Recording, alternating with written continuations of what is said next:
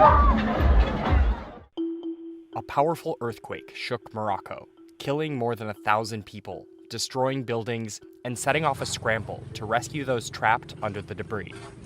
The magnitude 6.8 quake struck less than 50 miles from the ancient city of Marrakesh, a popular tourist destination.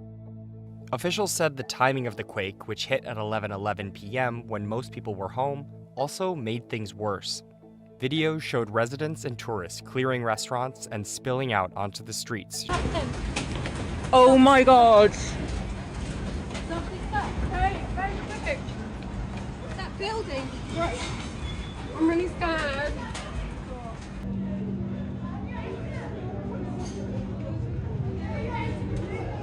Wow. Oh my god.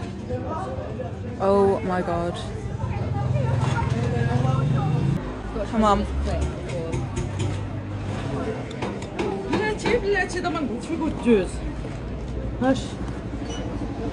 Like, power's out.